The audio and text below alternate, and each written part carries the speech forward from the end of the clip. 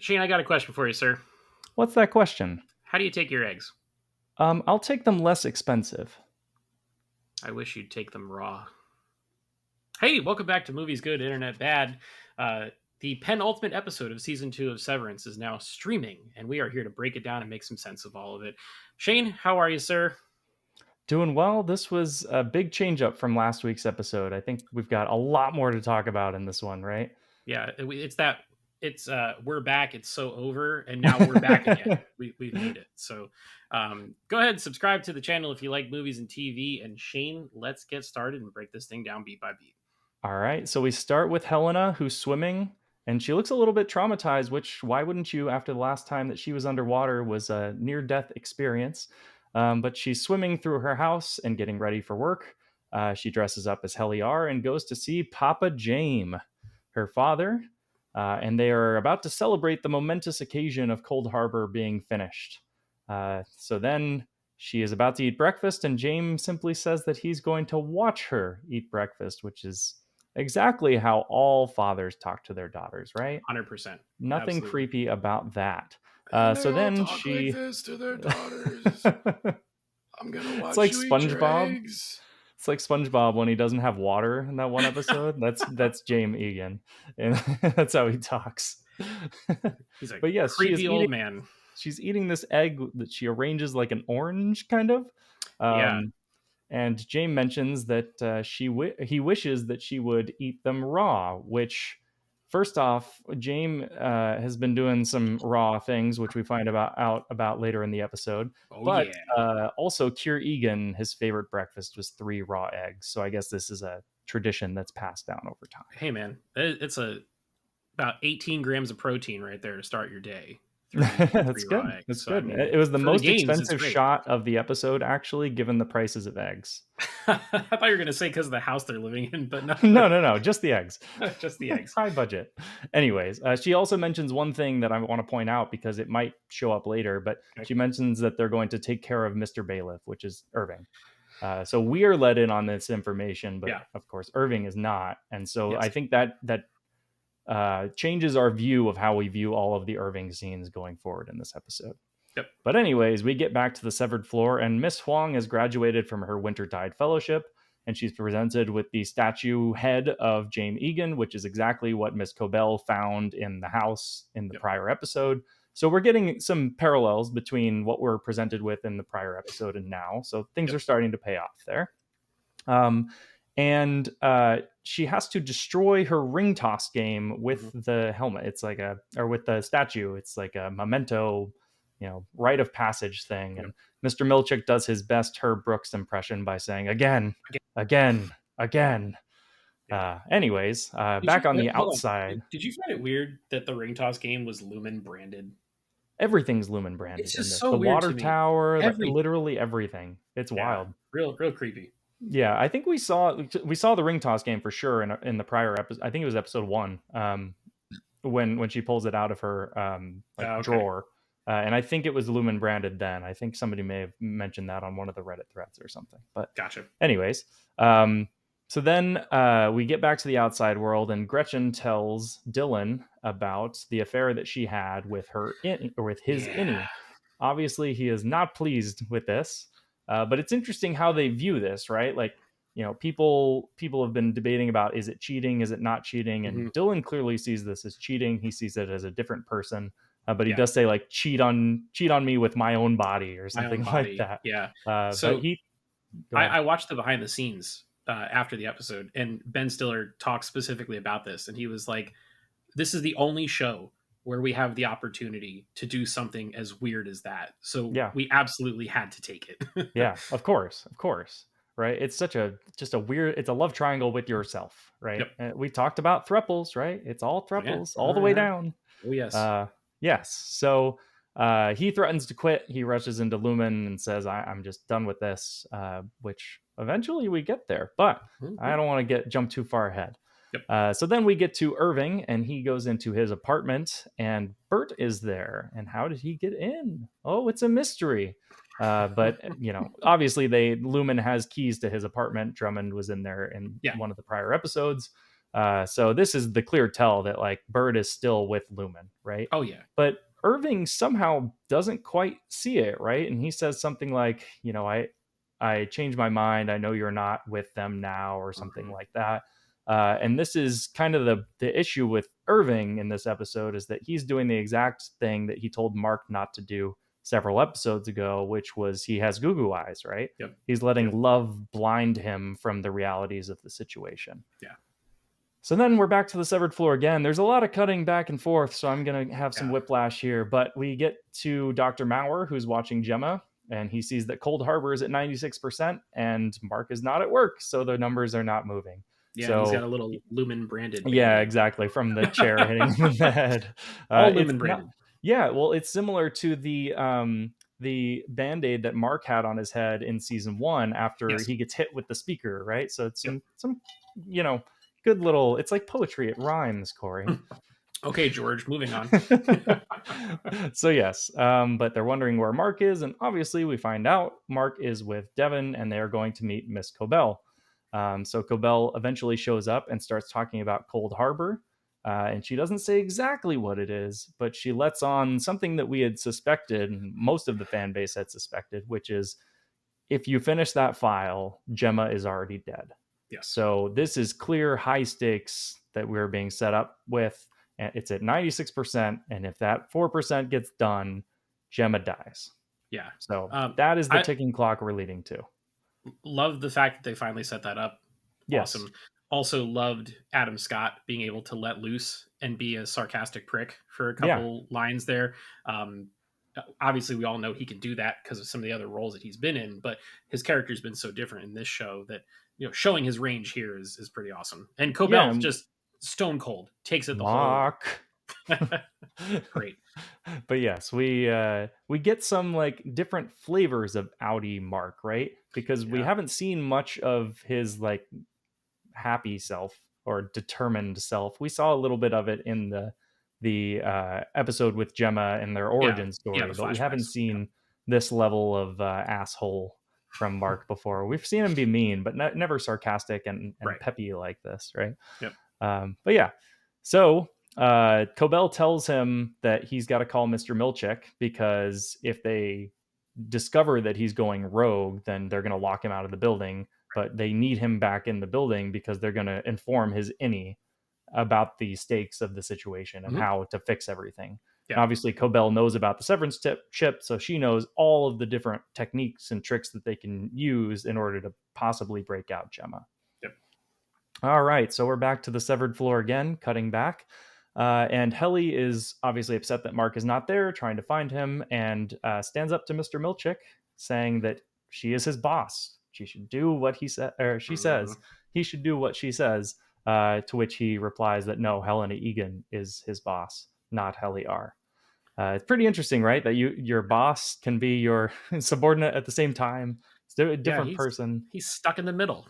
Yeah, and stuck middle in management. the middle with you. Yes, exactly. But then we get any Dylan with Gretchen, and we get this depressing scene where Gretchen tells Dylan that they can't be together anymore. Of course, we saw this was coming. I thought this whole plot line was a little bit rushed throughout the season. We didn't get quite enough of this going forward, so I didn't feel like this kind of scene was earned that much, but it was well acted and well done, so I'm willing to let it pass because of that. But Dylan is obviously very upset by this and proposes with the finger trap ring. Cuts a little part of the finger trap that he made and proposes with the ring. This is like a teenager's first love, right? That he's losing. But no, Gretchen says no and walks out. And we get the best Gretchen scream ever, which, Corey, I am going to have you emulate. All right, here we go. Gretchen! That was really good. I don't think I can match that. I do the best I can. We're going to try. I'm a man of range. Shane, go ahead. Your turn. Gretchen! Not as high. Not as high. Okay. You got higher. Yeah, I mean, I have a music degree, so that has nothing to do with alto? It at all. Is that the high one? The alto? Soprano is soprano actually is high? higher than alto. Okay, sorry. Yeah, but man, the two sides of Dylan, right? The in the kitchen outie Dylan, and then this a couple minutes later, like you get to see Zach Cherry show some insane range. Like the body acting that he's Mhm. doing when he's any Dylan, that just makes him feel like a little roly poly baby the whole time. And then, like he says something to her like, I can give you a life. And it's like, my man, where did you think this was going to go? Yeah, You yeah. can't leave the building. Yeah, you know, the naivety of him completely is naive. just Yeah. yeah, I it's love that. I thought it was really depressing. well done. But yeah, it kinda reminds me of, like, your first love as a teenager and, like, you think life is over when it's over and, like, he's never had that before. We'll get back to that point, Boy, will we. later. Oh, But yes, so then obviously Dylan is very depressed and Helly's trying to cheer him up, and Dylan does the exact opposite thing that you should do with Helly R, which is tells her that it's all your fault and you're just as bad as your Audi. We couldn't even tell it was you.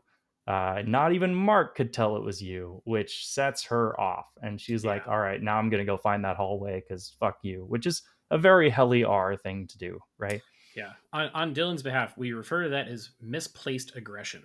Yeah, So I, exactly. I Yeah. have two cats, and every once in a while, a neighborhood cat walks through our backyard. And my one cat wants to fight the neighborhood cat, but can't.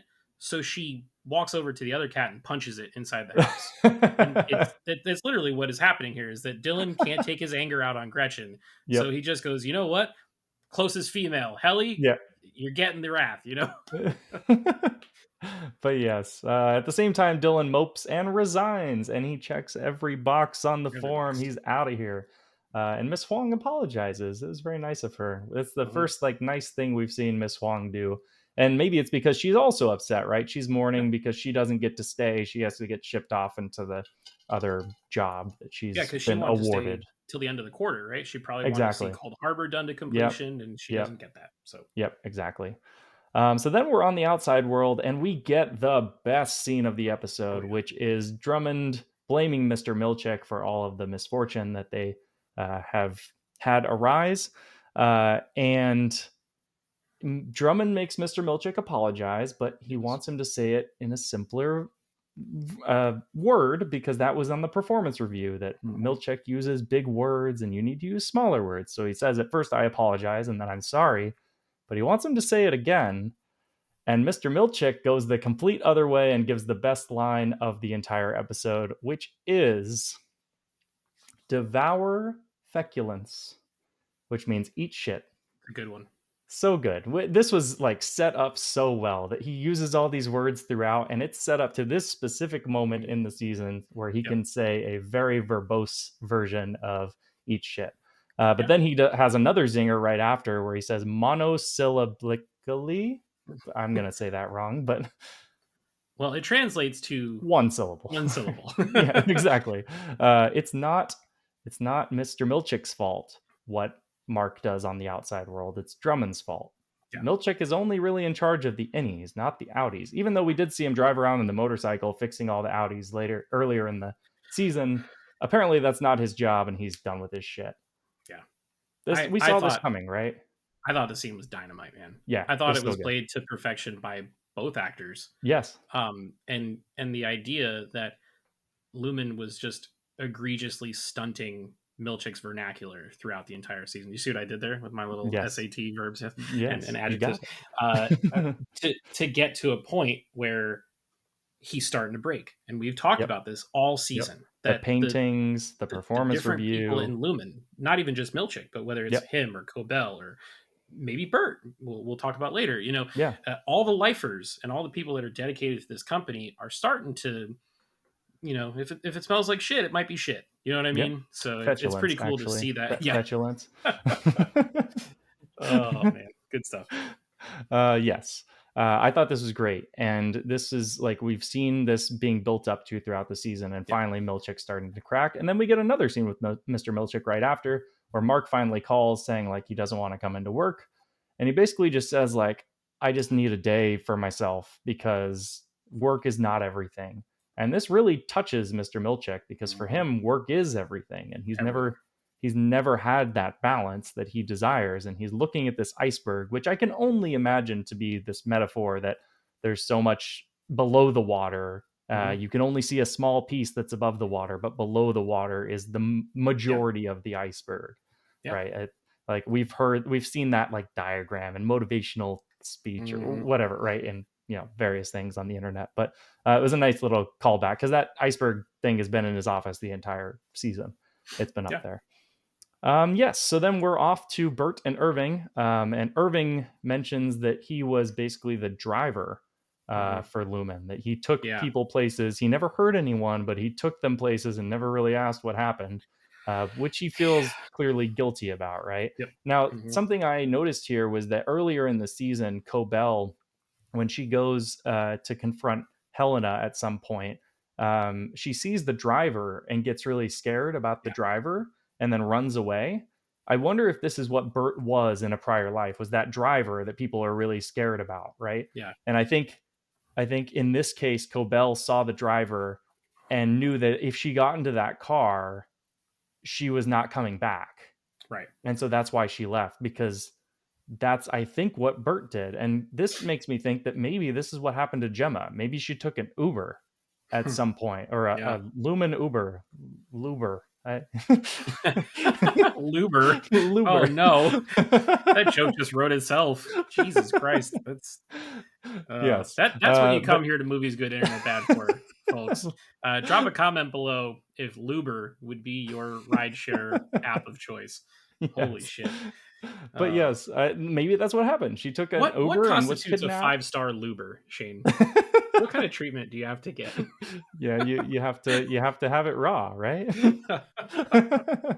anyways. But yes, so they get to the train station, and Burt, I'm gonna mix up their names 1,000 times, but Burt and Ernie. Burt, yes, exactly. Burt buys Irving the train ticket and says, like, go far away from here, get away from Kier, you can't come back. I think he's full of shit here. I think this is all Lumen's doing because of what Helena said in the very first scene of the episode, which is they're gonna deal with Mr. Bailiff. And Irving wants Burt to come with him, basically, and says, I've never had love before. This is it. We can do it. And I think there's a part of Burt that wants to go with him. Oh, for sure. And leave this life behind. And, absolutely. He wants to be that innocent man that he severed for. And this is his out, but he just can't do it, and eventually rejects him. It's similar to Gretchen rejecting Dylan. Everyone's getting rejected. Right. But this is pretty sad, and Irving eventually goes onto the train. We get this little montage of everyone going their separate ways. We get Irving on the worst CGI train you've ever seen. 100%. Not great. I'm sure they couldn't find a train, but the CG was not great there. The first time I've said that about this show in its entirety, where it's like, oh, that's not great. Conversely, though, when Irving's on the train, one of the things that I noticed was that this show very seldom uses warm lighting. Yeah. The only time this season that they've really used much warm lighting was during the flashback episode to give that feeling of romance and love and all that. And I think Irving still believes in that, and him being just kind of washed over in that warmth after, being forehead to forehead with Burt. They were, wow, that tips touching. Luber. I think Irving is obviously going to come back because Burt said to him, go as far away as possible, which in television speak means turn around and come back and rescue. Exactly. Right. Yeah. So there's some good stuff brewing there, and I can't wait to see how they wrap it up. Yeah. I hope this is not the last that we've seen of Irving. I kind of think that Irving is going to his doom, so he probably needs to get off that train, and hopefully the love will lead him to that conclusion. I mean, his doom is the land of CGI, apparently. So he's actually going to the land in the Wizard of Oz, which name escapes me, because they go on the CGI train to the to the Emerald City. Yeah, thank you, Emerald City. Yes. Anyways, we'll stop on our tangents. But late, we get this, folks. Okay. We get this montage where Dylan is also waiting by the elevator at the same time. Miss Huang is leaving to go to her other job, I guess, in this little shuttle. We also get the warm light there with Miss Huang, the sunset coming through. And then Mark gets in the car to go to the birthing center. And so they show up to this birthing center, And they say something that we hinted to earlier in here, which is that this is one of James, Yeah. right? Like apparently James is just raw dogging it with a bunch of mistresses, and they get pregnant and they go to this birthing center. So I Yep. wonder if that's actually who that woman was in the first season that like got the severed birth. Oh, I'm wondering if James was the father of that child. maybe. Maybe. I mean, she was at the. I'm pretty sure she was at the thing with Helena at the very end in the finale as well. Hmm. So like that kind of tracks, right? Yeah. Yeah. Yeah. But then Cobell says something, which is something about the a gold thimble, Yeah. which is interesting and leads me to this other scene that I'll talk about, which is Helly is trying to find the black hallway, and Yes. someone walks up behind her, and it's actually James Egan, and he says, "My Helly, you tricked Hey, me." Ellie, you tricked me. And that was a Sorry. very interesting choice of words to me, because the title of the episode refers to a Twilight Zone episode. And in the Twilight Zone episode, this woman discovers that she's actually a mannequin from a department store that's been Hmm. living out in the real world. And like they all get a chance to live out in the real world for a little bit, and then they go back in. Hmm. And when he says my Helly, that makes me think, is that the life that actual real Ugh. Helly has been living? That maybe any Helly is the actual daughter, and Audi Right. Helly is some different version of her that is Yeah. trained to be this Egan thing. So like the the severance in this case was the opposite thing, right? Where Right. the suffering is on the outside world and she gets to live her Hmm. real life on the inside world, something like that, right? Yeah. And the gold thimble is something that the girl in that episode of the Twilight Zone was looking for. So lots of references to that Twilight Zone episode, and I'm Yeah. thinking maybe that's the theme they're going for here, and that's actually the big twist of the season Right. is Helena Heliar is not what we think it is. Right. Which we talked about this earlier in the season, that it being Helena down on the severed floor was going to be a twist, but not the twist. Yes, This is exactly. taking that up to a whole Yeah, nother level, that which is and it would be fascinating. the perfect red herring, right? That we all thought that we had discovered the secret, which was that it was actually Helena on the severed floor, Yeah. when really Heli R was like, maybe that's where Helena belonged, was on the severed Maybe. floor, right? Yeah. It's like a flipping everything that we knew. But yes, then we get to the birthing center, which is the first, well, not the first time, clearly, the second time that we see any Mark Hmm. outside in the outside world. And Devin takes him up to Miss Cobell, who is lit with this like awesome symmetrical, like backlit fireplace Yeah. shot, looks like the devil. And Mark gets to explain the same cliffhanger that we saw in the finale of season one, which is she's alive. And Yeah. obviously, they're going to chat. And my thought is that they're going to send Mark down to the severed floor with any Mark with the information that, Gemma is down there. You have to Right. save her, et cetera, et cetera. And Yeah. Cobell They're knows all the tricks. She knows the Glasgow block. She knows the yes. overtime contingency. Knows all the tricks, how to get them to the testing floor and get Gemma out. Yep. Yeah. It's setting up for a real interesting mission for the finale, which Yep. is going to obviously be to try to save Gemma.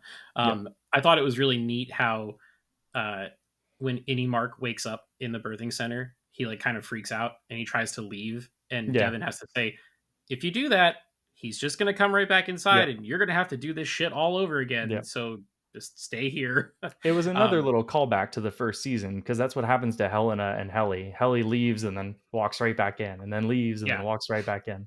Yeah. yeah. I got vibes from that final shot of Cobell. Do you remember the end of season one of Loki, when the last episode was just Loki and He Who Remains talking, Yeah. and there's a Yeah. fireplace in the background? Yeah. I feel like we're gonna get some pretty heavy sci-fi-ish dialogue in that scene, because there's two chairs set up, like they're gonna be Yeah. sitting right We'll across from get a one big another. explanation for a lot Yeah, of things, I think, right off the bat in the finale. and then Cobell's gonna say, "Your mission, should you choose to accept it, is to go into the severed floor, and that this entire building will self-destruct in 5 seconds." I think so. And I then think Mark that's S the just ending. takes off the mask and it's Tom It's Cruise, and Heliar.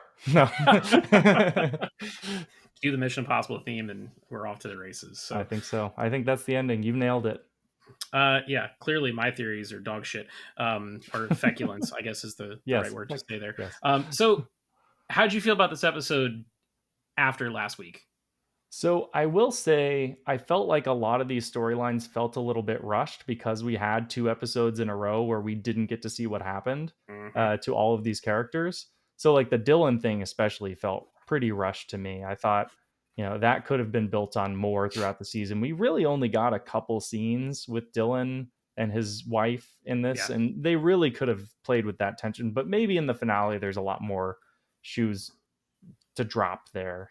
Right. I felt like last week's episode was a 37-minute episode that felt like an hour, and this week's episode was a 45-minute episode that felt like 15 minutes. Yeah. Like I was so much more locked in this week than I was last week. It wasn't even funny, and your dog is just doing his best Dylan scream in the background there. I am worried that some of those plot threads that you're talking about didn't get the chance to marinate on screen because they prioritized that Cobell episode. We'll see how the finale shakes out. There were rumors that the finale was going to be like an hour and a half or 75 minutes. Yeah, it's only 44 minutes, apparently. 44 minutes, according to the Apple TV page or whatever that shows the episode. So we'll see. I feel like there's a lot to happen, but we also know that this is going to go on longer and there's going to be a 3rd season. So expect, a little bit less to happen than you might want and a big cliffhanger, if I had to guess. Yep. 100%. Cool. Well, that's going to wrap things up for this one. Would love to hear from all of you. What are your thoughts on this episode? Were you happy to get back to the main plot line after last week? Do you feel like we're rushing too much towards the finale? Drop us those comments below and let us know. Like the video if you liked it, subscribe to the channel, and tap that notification bell. We got one more video next week for the finale, and then we're going to be moving on to Andor, The Last of Us. There's a whole bunch of TV shows coming, as well as some movies throughout the rest of the year too. So stay tuned for all of that and so much more. Until next time, we'll see you guys in the next video.